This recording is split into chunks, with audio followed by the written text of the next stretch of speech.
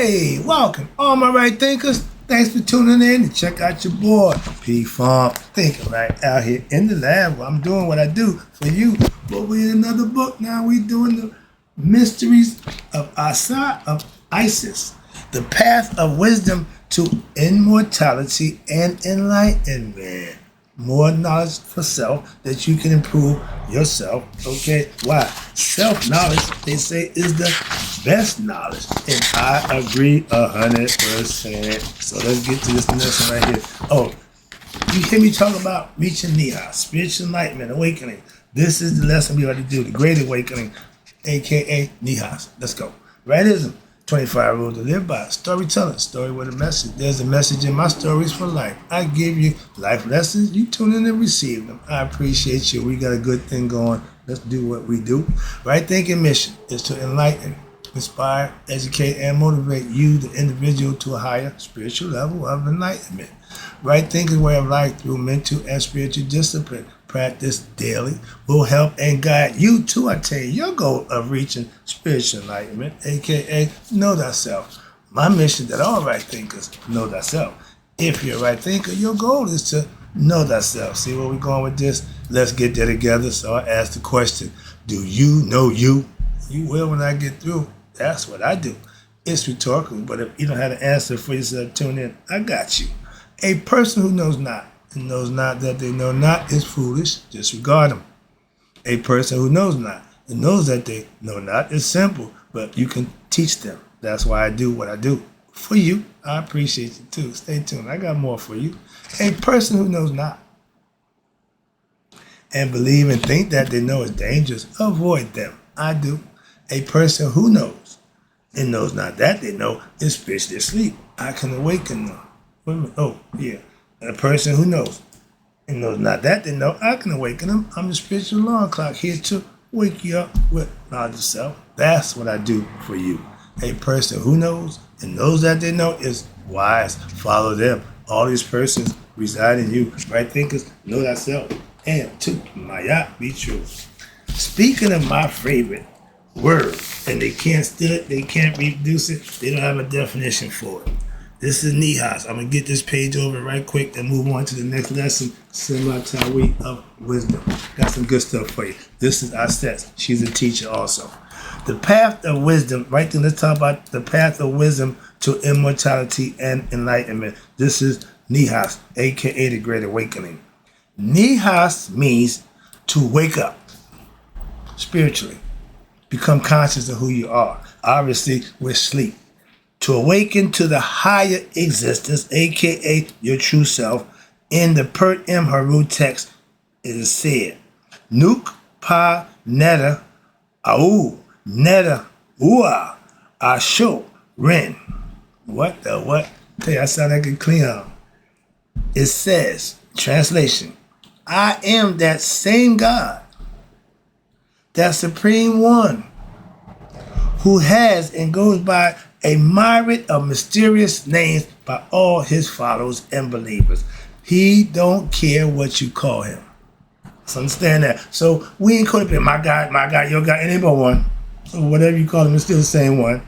And the goal for all right thinkers who follow this discipline or philosophy is to discover the true meaning of what? Who I am. Thyself. To unravel the mysteries of life and to be able to fathom the depths by going inside and turning the depths of what we call eternity and infinity. That's immortality, but that only happens if you wake up, become conscious of yourself, open your third eye, the eye of Haru, break that down in a minute, become conscious in the quintessential I know me. Okay, I know thyself. That's how you get to the next level. And that's what I said, try to teach you. That's what Maya tried to teach you, to get you to what? The next life, the afterlife. And this is the task of all right thinkers, aka human beings. And it is to be what? Accomplished. When? In this very lifetime. The goal is to reach that before death reaches you and you don't make it to come conscious. You will be dissolved. Amet will eat your conscious in your heart. You will no longer exist. No reincarnation, no nothing. You're done. Party's over. Philosophically now, don't panic. Huh? Don't quote me on that. I'm a man say. Now, this is the eye. I can show you that right here. This is the eye. They say it's 6 parts to the eye. Smelling, seeing, hearing. All that's in the first part of the eye. Smelling, seeing, and hearing. These are all done by what? Thought. This is the thought process. Thinking has to be part of it.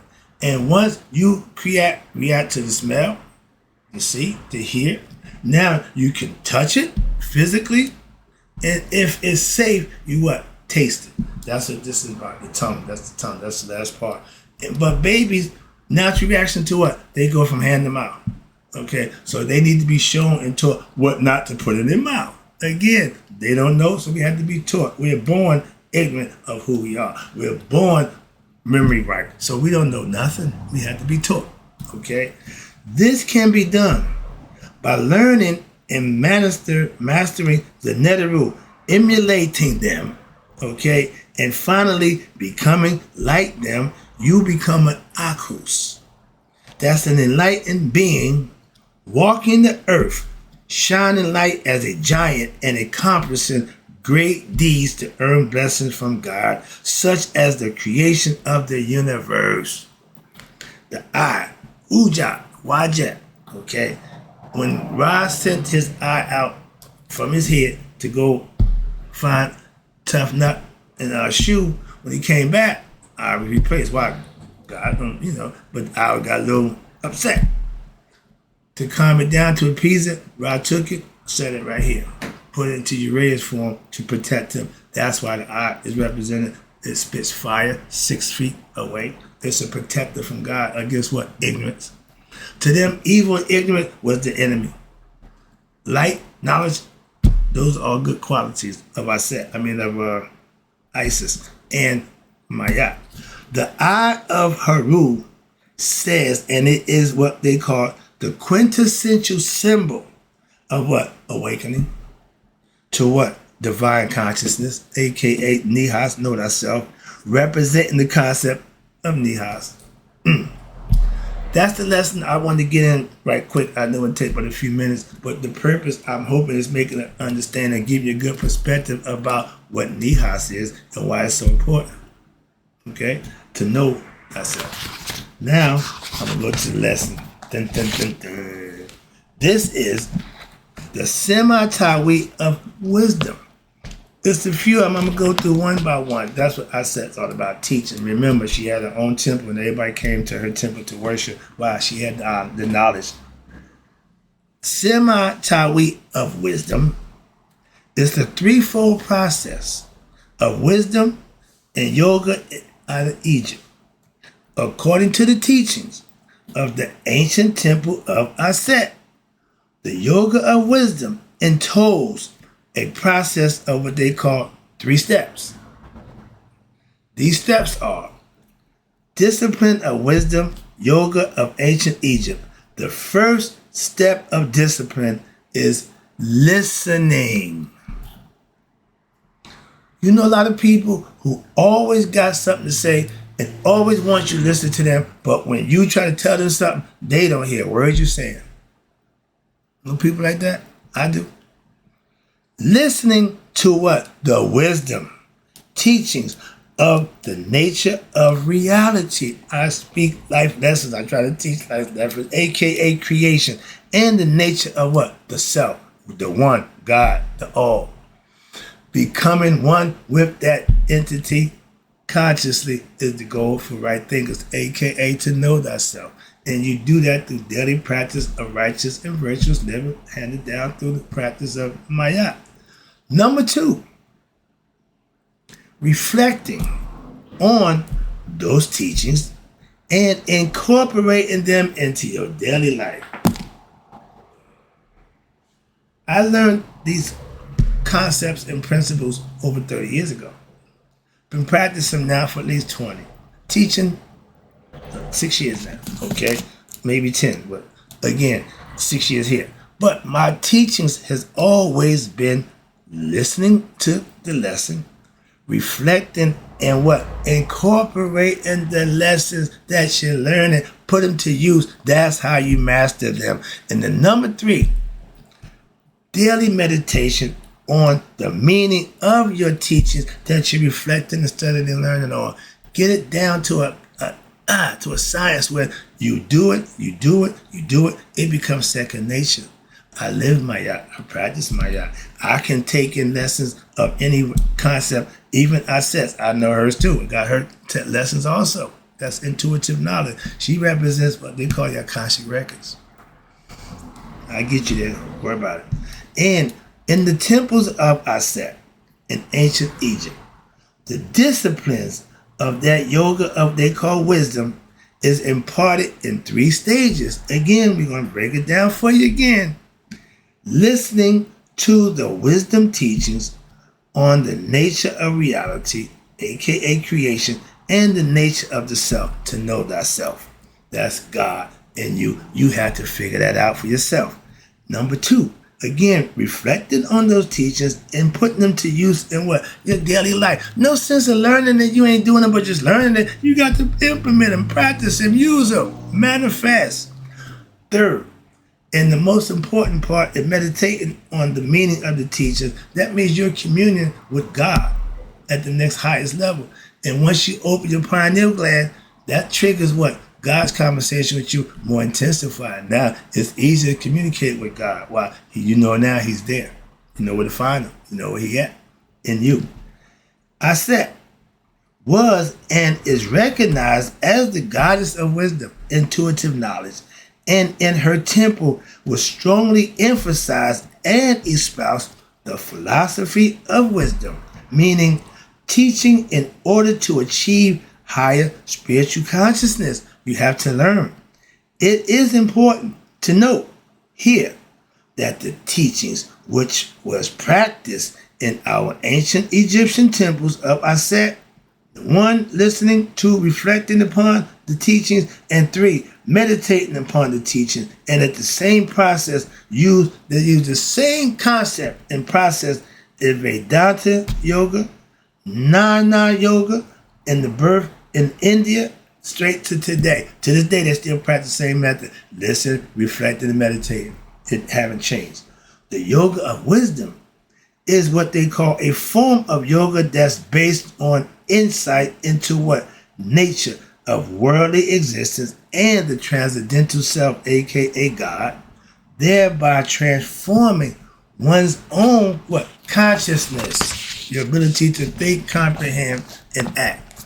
Wisdom faculty, thus we have our correlation between ancient Egypt that matches exactly in its basic factors of respect for other things. Watch this. Number 1, the image of Goddess Aset suckling the young king is the quintessential symbol of what? Initiation to the ancient Egypt. This is him being initiated. Now, if you can stand up and suck the tit, you might be a little bit too big for doing that, but it's all symbolic or metaphorical. I just had to bring that up. It's okay to have him on the lap as a baby. You ain't no baby no more. Moving on. I just want to bring that to your attention. I just laugh about that one. All right, but that's showing you the full, general discipline of the ancient Aset, meaning general discipline. Fill your ears to listen intently. Ma miskurt. That means to the lessons that are being taught. Your mother is your first teacher. Did you know that? She nurtured you. I was a breastfed baby. Okay. But teaching means the first lesson is listening to the wisdom teachings and having achieved the qualification of what we call a right thinking aspirant. Now there is a desire for you, the individual, to listen to the teachings from a spiritual perspective. Sage, there is increasing intellectual understanding of the scriptures and the meaning of truth versus untruth. I try to explain to you about that book that y'all love so much, Untruth. Our ancient ancestor philosophy, truth. Real versus unreal. Religion, knife. Spiritual knowledge, gun. Temporary or versus eternal. Religion is temporary. Spirit is eternal. We are spiritual beings having a human experience. Religion is for humans. The glories of God are expounded, and the mystical philosophy behind the myths is given at this stage. They tell you the story, okay? You understand. So it's your job to ponder, to think, to fix your attention, concentrate on said lesson daily. Number 2, reflecting on these lessons. Number 2, reflecting on those teachings that have been listened and living according to those disciplines and joined by the teachings is to be what? Practiced daily until these wisdom teachings is fully understood, aka mastered. Excuse me. Reflection implies discovering intellectually at first, and then finding the oneness behind the multiplicity of the world by what? Engaging in intense inquiry of oneself into the nature of one's true self. Looking for God. That's the search I went in for. Looking for the truth. And found it inside myself. Like the Wizard of Oz. They got to the wizard. I need a heart. I need a brain. I need a courage. You had it in you all the time. Conceptually.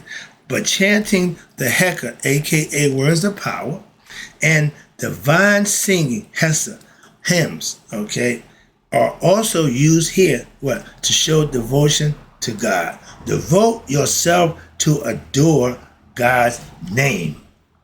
Put some respect on it. That's an ancient Egyptian proverb. You see a guy doing this.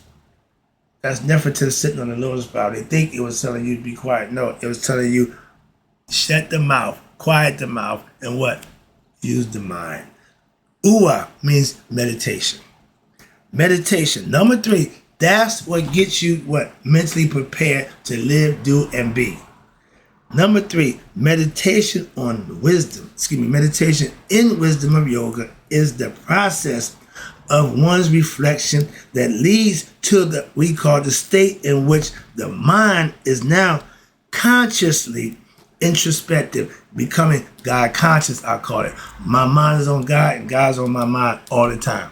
That's being God conscious. Y'all call it Christ conscious. Same thing. Mindfulness, awake, whatever you want to call it. I got my definition for it, my word that I use. It means mind expansion of consciousness. You're elevating and you're accumulating in what? Revelation of an identification with what? The absolute self. You're becoming one. You're communing with your higher self, aka God. Did you know that? I'm trying to get you to know that. Wrapping it up. Note, it's important to note here that the same teachings which was practiced in ancient Egypt by listening, reflecting upon, and meditating upon the teachings is the same process used in the Vedanta Jnana Yoga from India today. So what we practice is still being practiced by somebody else to this very day. How about that? Hope you enjoyed the lesson. They come in short and quick this time, so it shouldn't be that long or don't be time consuming, but it should be informative. Hope you enjoyed the lesson. And in closing,